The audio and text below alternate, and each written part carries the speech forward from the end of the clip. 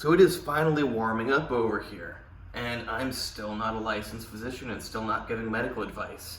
Um, I don't know if this would be considered medical advice, but I like to always toss that in.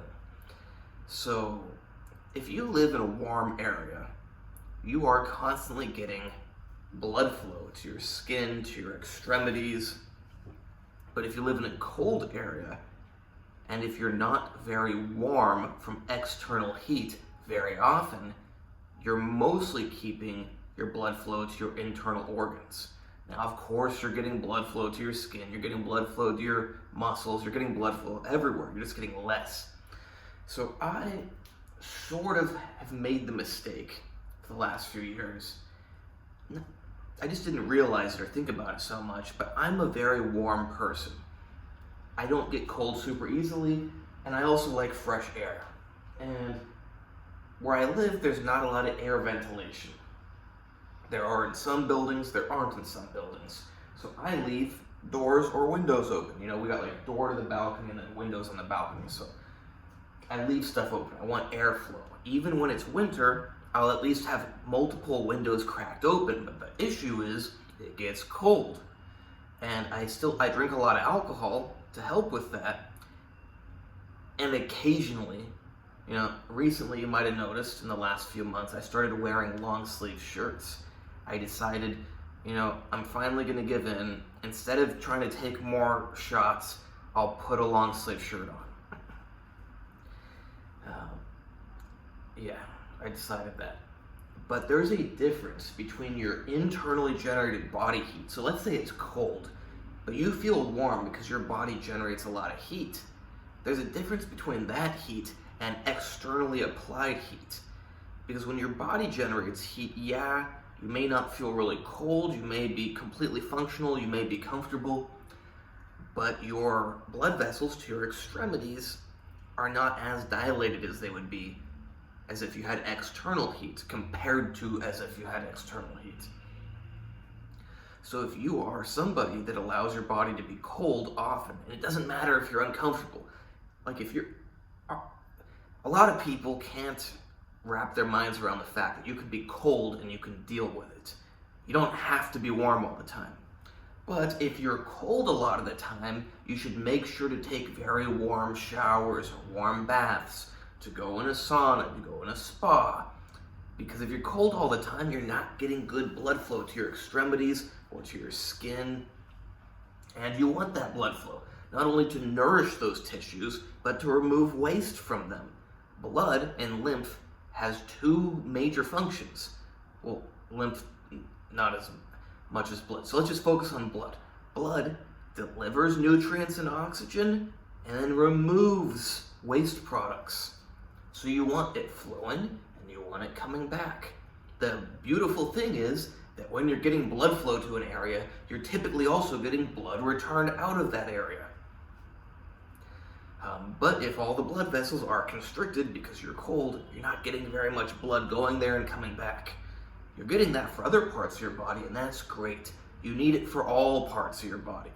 So it's very good to warm your body up and wait until you know, like if you're cold and you go in a hot shower, at first it feels really hot and uncomfortable, but after a while you adjust to it. You want to wait till you adjust to it. Wait till you can feel the blood going. Give it a try. If you haven't ever noticed this before, I'm sure you'll feel it. If you're cold, go somewhere warm and just wait until you feel the blood going. You'll feel it, and that's good. But you want to wait longer and let the blood keep flowing for a little bit. How long? I can't give you an answer, but the fact that you got it there at all is way better than if you hadn't gotten it there. And what it will for sure do is give it a short-term amount of much better oxygen, much better nutrient delivery, and remove the waste products. Now, if you only do that once a year, yeah, it doesn't make that much of a difference. But imagine if, you know, I like to sleep kind of cold. A lot of people like to sleep kind of cold. I don't like taking showers in the mornings. I like to kind of just get up and go. But most of my life, and I just got kind of lazy recently, but also I live in a colder environment, so I would have to dry my hair before I go outside. Most of my life, I woke up in the morning and I made sure to take a hot shower. Not because I needed to clean myself, I cleaned myself the night before, but because I needed to open up my blood vessels. I always thought about it as I need to absorb the heat.